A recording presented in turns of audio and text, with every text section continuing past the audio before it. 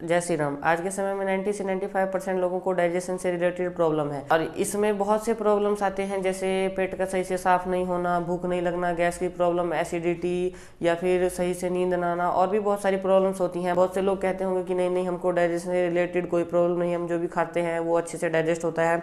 तो और भी इसके सिम्टम्स हैं जो आप बताते हैं कि आपका डाइजेशन ठीक नहीं है। अगर आपके फेस पर पिंपल्स हो रहे हैं बहुत ज़्यादा, या फिर आपको नींद सही से नहीं आ रही है, आप बहुत बेचैनी सी महसूस करते हैं, या फिर आपको हेयर फॉल की समस्या ज़्यादा है, हो सकता है कि आपका डाइजेशन ठीक ना हो, इस वजह से ये प्रॉब्लम्स आती हों। और हमारी फेस का, हमारी ब्रेन का, हमारे पेट से डायरेक्ट कनेक्शन होता है। आपने देखा होगा कि हमारी इंटेस्टाइन की जो बनावट है हमारी ब्रेन की बनावट से बिल्कुल मिलती है कि our brain and our intestine, मतलब आवर स्टमक आर इंटरकनेक्टेड। अब अगर आपका डाइजेशन सही से काम नहीं कर रहा है तो आपका ब्रेन भी सही से काम नहीं कर सकता है। इसलिए आपने देखा होगा कि जब आपकी तबीयत खराब होती है या फिर आपको कोई पेट से रिलेटेड प्रॉब्लम होती है तो आप फोकस, कंसंट्रेशन ये सब नहीं कर पाते हैं, सारा ध्यान उसी पर चला जाता है और किसी काम पर आप दे नहीं पाते। अगर आप चाहते हैं कि आपके फेस पर थोड़ा ग्लो रहे या फिर आपको हेयर फॉल ये सब की प्रॉब्लम ना हो, आपका डाइजेशन ठीक रहे, फोकस, कंसंट्रेशन ये सब आपका अच्छे से हो पाए, तो आपको अपना डाइजेशन ठीक रखना होगा। और डाइजेशन को ठीक रखने के लिए आपको जो आयुर्वेदिक रूल्स हैं उनको ही फॉलो करना होगा। अगर आपने उन रूल्स को फॉलो नहीं किया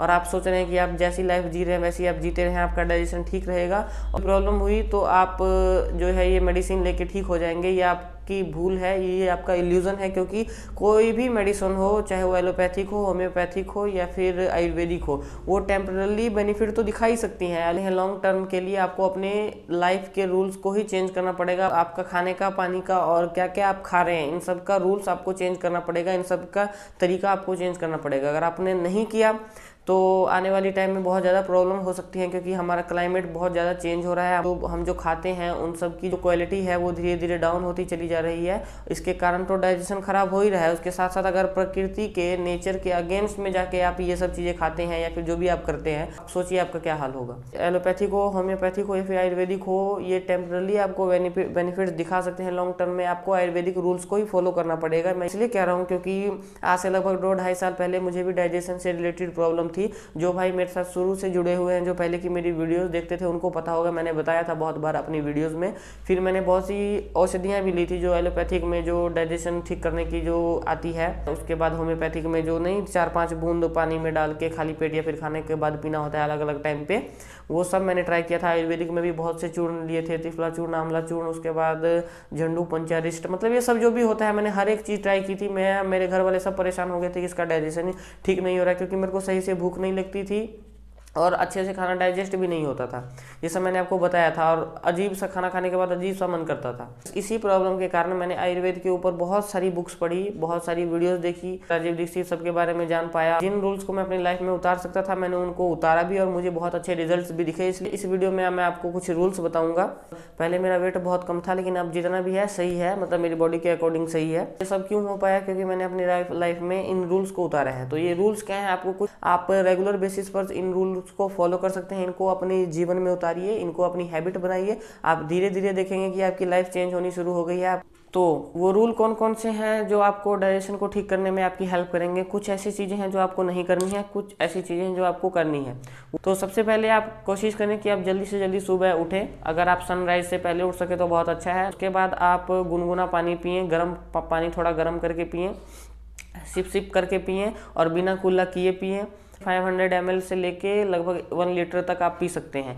और मैंने कुल्ला ना करने के लिए इसलिए कहा है क्योंकि रात भर जो हमारे मुंह की लार होती है, जो सलाइवा होता है, वो हमारे मुंह में होता है। उसके बाद जब आप गर्म पानी पीते हैं तो वो सलाइवा हमारे पेट में जाता है और हमारे जो इंटेस्टाइन्स को, हमारे पेट को साफ करता है। इससे हमारा डाइजेशन भी ठीक होता है, हमारा पेट भी अच्छी प्रकार से साफ होता है। अगर आपको ज़्यादा प्रॉब्लम है तो आप उसमें थोड़ा हनी और नींबू का रस मिला सकते हैं, ये आपके लिए बहुत ज़्यादा बेनिफिशियल हो सकता है। अब लोग क्या करते हैं, शायद वेस्टर्न कंट्री से इन्फ्लुएंस होकर, अंग्रेजों से इन्फ्लुएंस होकर सुबह का जो नाश्ता होता है वो थोड़ा सा करते हैं ब्रेकफास्ट।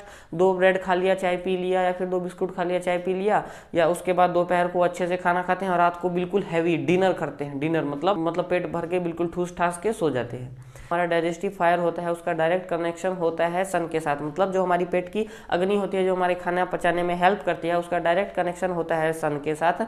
जब सनराइज होता है तो हमारे पेट की जो ये डाइजेस्टिव फायर है वो बहुत ज़्यादा बूस्ट पर होती है, बहुत ज़्यादा तेज होती है।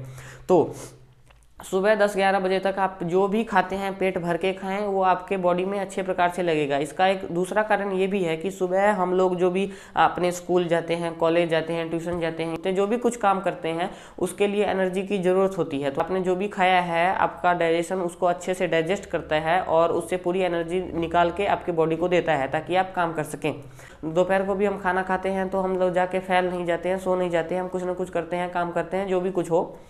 लेकिन रात को मैक्सिमम आदमी आजकल पेट भरकर अपना खा लेते हैं, उसके बाद जाके फैल जाते हैं। तो आप एक बात बताइए, रात को जो आपने खाना खाया उस खाने से जो आपको एनर्जी मिली, उसके बाद आप सो गए, पहली बात तो वो आपको डाइजेस्ट होगा नहीं, वो खाना सड़ेगा, पचेगा नहीं, सड़ेगा। और एक क्वेश्चन मेरा आपसे है कि आपने जो खाना खाया, मान लीजिए अगर वो डाइजेस्ट हो भी गया तो उससे कुछ एनर्जी मिलेगी, उस एनर्जी का आपने किया क्या? और एनर्जी तो ऐसा नहीं है कि आज आपने पूरी एनर्जी जमा कर ली और उसका यूज़ आप कल करें।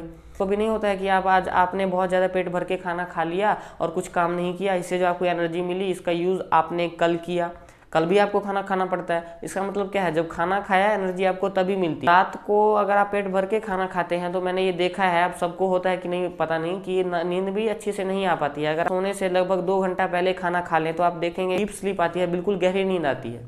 और आयुर्वेद में यही कहा गया है कि आप सुबह जो भी खाते हैं वो अच्छे प्रकार से डाइजेस्ट होता है, इसलिए सुबह का भोजन हैवी रखिए। जो स्कूल कॉलेज ये सब जाते हैं, जैसे हम लोग पहले जब स्कूल जाते थे, छोटे थे, जब 7-8 सब में थे, तो बहुत मम्मी मतलब अच्छे से 3-4 रोटी परोठा ये सब अच्छे से खिला देती थी, उसके बाद हम लोग स्कूल जाते थे। मतलब वो समय अच्छा था। आज का समय क्या हो रहा है कि कुछ भी मतलब लाइट वाइट केक कूक या बिस्किट चाय ये सब खा के चले जाते हैं। इससे उनका डाइजेशन तो वीक होता ही है, उनकी बॉडी वीक होती है, साथ ही साथ उनका माइंड भी वीक होता है।